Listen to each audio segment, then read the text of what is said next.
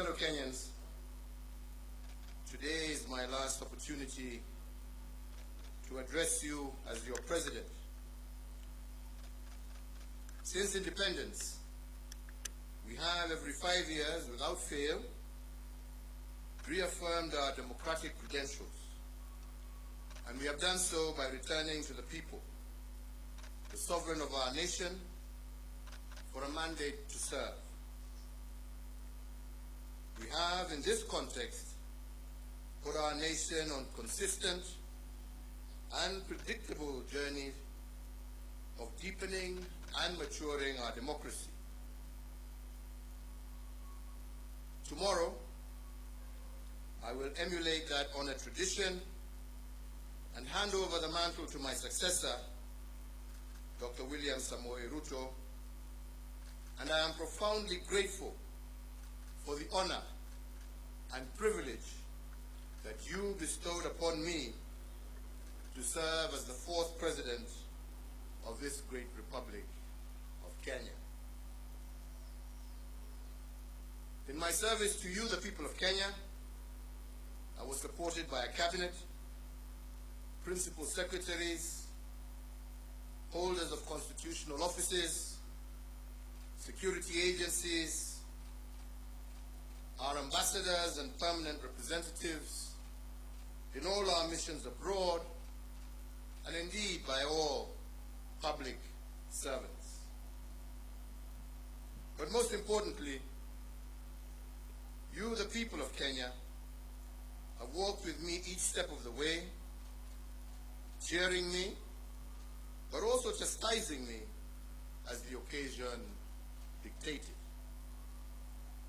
To you all and to all those who have served with me during my tenure as president, please accept my immense and deep gratitude.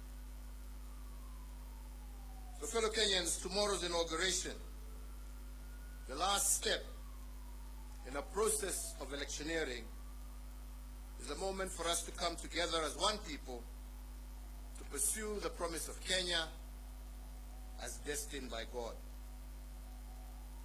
This afternoon, ahead of tomorrow's inauguration, I hosted the incoming president, Dr. William Samoei Ruto, here at State House, Nairobi. As you are all aware, the transition process commenced on the 12th of August, 2022, and over the last few weeks, the doors of State House and the Office of the President have been open to the technical teams from the Office of the President-elect so as to facilitate a smooth transition and handover of power. This afternoon's meeting between the President-elect and myself is the final step in that process. Fellow Kenyans, the work of building a nation is a continuous endeavor passed from one generation to another, from one administration to the next. And this in an unbroken chain that seeks to progressively build a more united, equitable, and prosperous Kenya. On my part, as head of state and government, I hand over leadership of a nation that has undergone consequential transformation over the last decade in every aspect of our national life. With the mandate you bestowed upon me, my administration, together we have fostered an integrated devolution as a way of life in our country. We have reinforced our educational and technical excellence, and we have also successfully led the nation through the worst global health crisis in over a century. We also turned a number of challenges that we inherited and those that emerged during our tenure into areas of opportunity for a better Kenya. The baton we received from the late President Kibaki was carried through. We built on his legacy and indeed on those of the previous two administrations in every area of public life. We built on the late President Daniel Arap Moi's love for education that was further built upon as free primary education by President Kibaki, and with the mandate that you gave me, we institutionalized free secondary education, thus heralding a 100% transition from primary to secondary education. To further enhance the competitiveness of our workforce, we have placed the nation on a pathway to competency-based curriculum which institutionalizes a system that seeks to nurture creativity and innovation in our children. Aware that insecurity can break the chain of our national development and deter the realization of the national anthem's promise of plenty within our borders, we have built on the work done and created a much improved security environment. Critically, we muted the wave of terror attacks that had placed a stranglehold on our nation, reduced crime rates, and secured significant progress in terms of illicit trade in firearms and other long-standing security challenges. We achieved this by retooling our security organs and making them more capable to address the dynamic, contemporary security challenges that Kenya faces. To realize the dream of equitable development, we have fostered and given impetus to the devolved system of governance. In line with the 2010 Constitution, we institutionalized devolution and forever changed the face of Kenya. Through devolution, government is now much closer to the people, with Kenya shillings 2.5 trillion transferred by the national government to the counties from 2013 to date. Now wananchi's needs can be heard and addressed in real time, and the funding transferred to counties can be better aligned to the priorities at the local level. With the mandate you gave us, we pursued the vision of previous administrations for greater economic integration within the East African region and led the push to admit the Democratic Republic of the Congo into the East African community.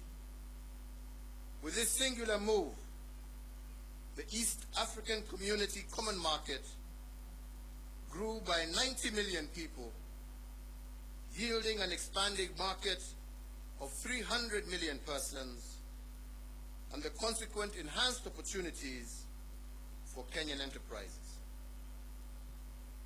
Building on the place of pride earned by our forefathers, we fortified our global footprint. Our non-permanent membership in the UN Security Council has amplified Kenya's voice on international peace and security matters. Indeed, from 2013 to date, we have had over 100 inbound and outbound state visits, hosting heads of state and government from across the world, and Kenya is now a consequential voice and an undisputed leader in continental and global issues. This has enhanced opportunities for Kenyans in both the diaspora, but also within the international civil service.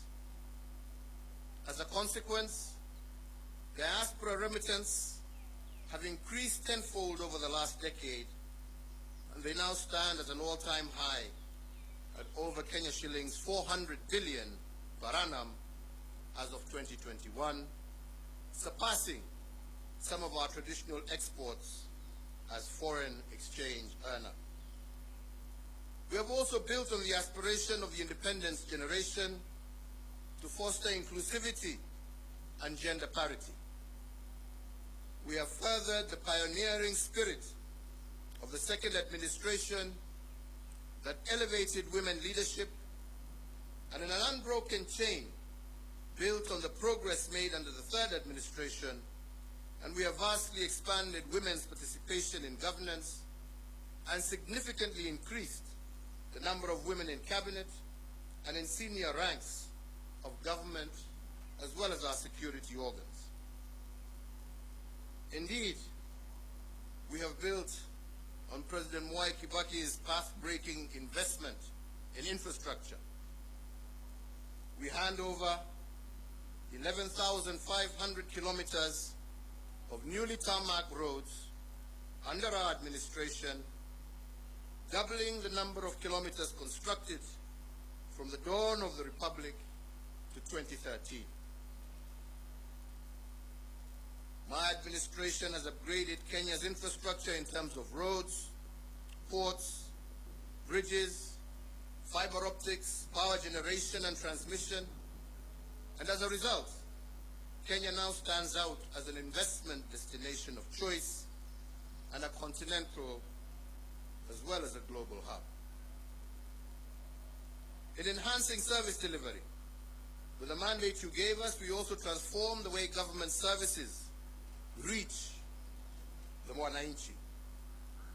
We did this through the introduction of Huduma Centers and the e-Citizen online platform, which together have made access to public services a fast and pleasant experience and not the toll that every citizen had to endure in the past to obtain basic services. Now passport applications, birth certificates, marriage certificates, business registration, driver's licenses, and so many others can be done online from anywhere in the world. As a digital government, we successfully transitioned from analog to digital television and radio, resulting in the country today being home to 130 TV stations, up from 14 in 2013, and 204 radio stations, up from 130 in 2013. These figures do not factor the massive expansion in the digital space that has seen many hundreds of thousands of Kenyans successfully monetize various digital communication avenues. I have immeasurable pride in having the magical tag of Made in Kenya affixed to a much wider range of products, and my administration has reinvigorated domestic manufacturing and diversified our exports of finished products.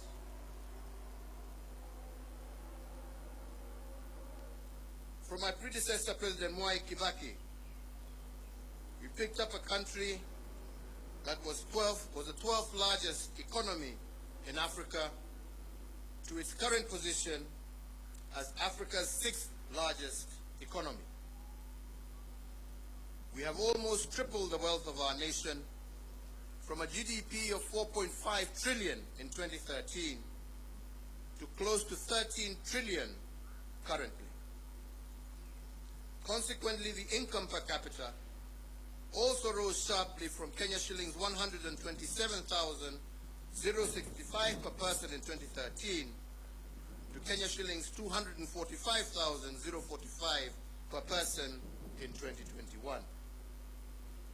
This has seen Kenya graduate from a lower middle income country, and it is notable that if we continue on this growth trajectory, what this means is that by next year, we will join the league of truly middle-income countries. In another milestone as a mark of the growth that we have experienced, our tax revenues have more than doubled from slightly above Kenya shillings 800 billion in the financial year 2012-2013 to Kenya shillings 2 trillion in the financial year 2021-2022.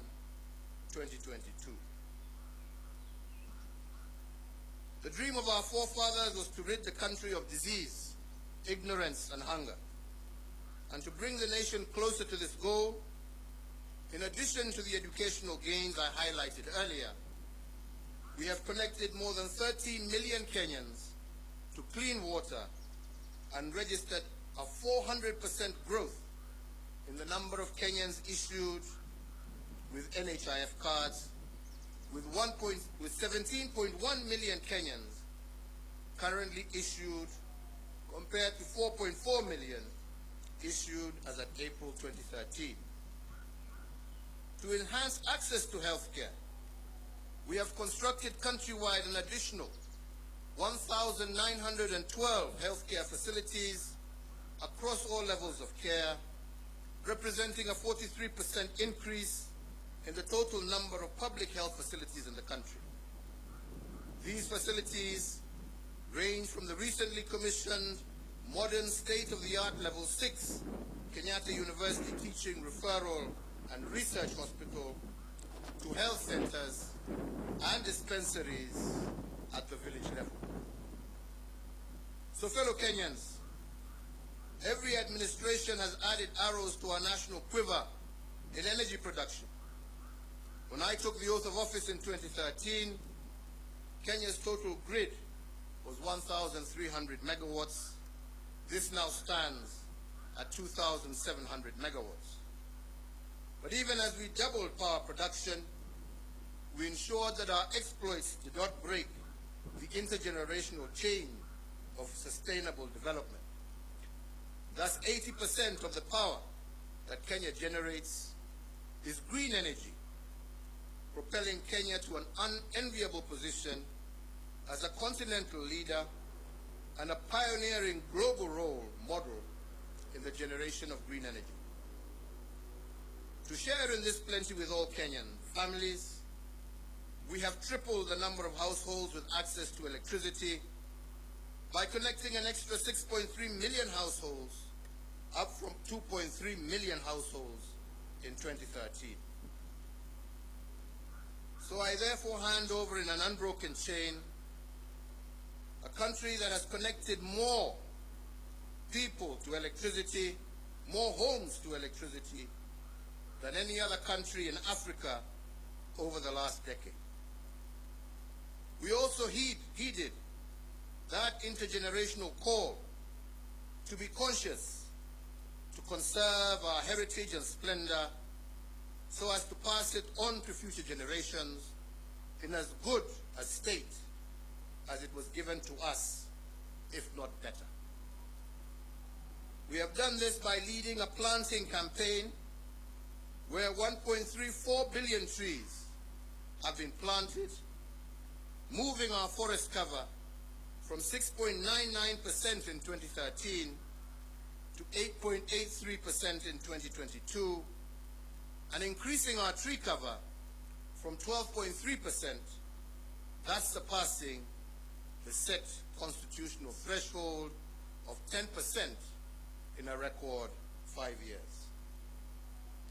As a result of our conservation efforts and other legal and institutional reforms, we have also recorded the lowest levels of poaching in our nation's history, and thus registering the highest wildlife population for our Big Five and a majority of other wildlife species that share Kenya with us.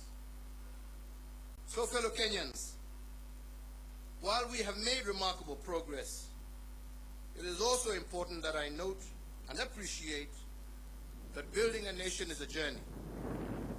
There is still much more to be done to move our nation to the next level of development towards realizing our Vision 2030. And the fourth administration, which I had the privilege to lead, has built on the foundation laid on others, upon which the fifth administration can also build. So, fellow Kenyans, let me conclude by saying that to serve one's country is the greatest honor any citizen can receive. It is a sacred trust, and it has been an immense privilege that I have not taken for granted.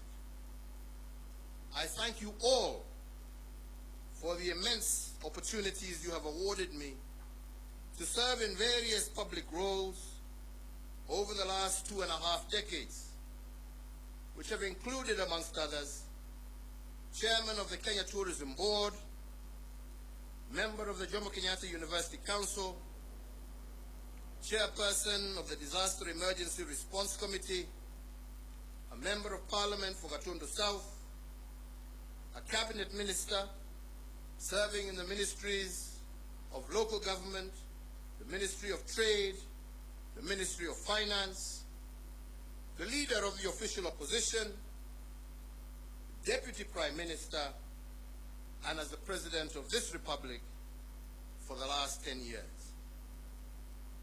In all the work I have done as President, and in every presidential decision I have made, and in every executive action I have taken, in every bill I have proposed and assented to, I have been guided by the dream of our forefathers, and that is the dream to eliminate poverty, ignorance, and disease, and to improve the quality of life of all Kenyans, and to create conditions for everyone to achieve their dreams.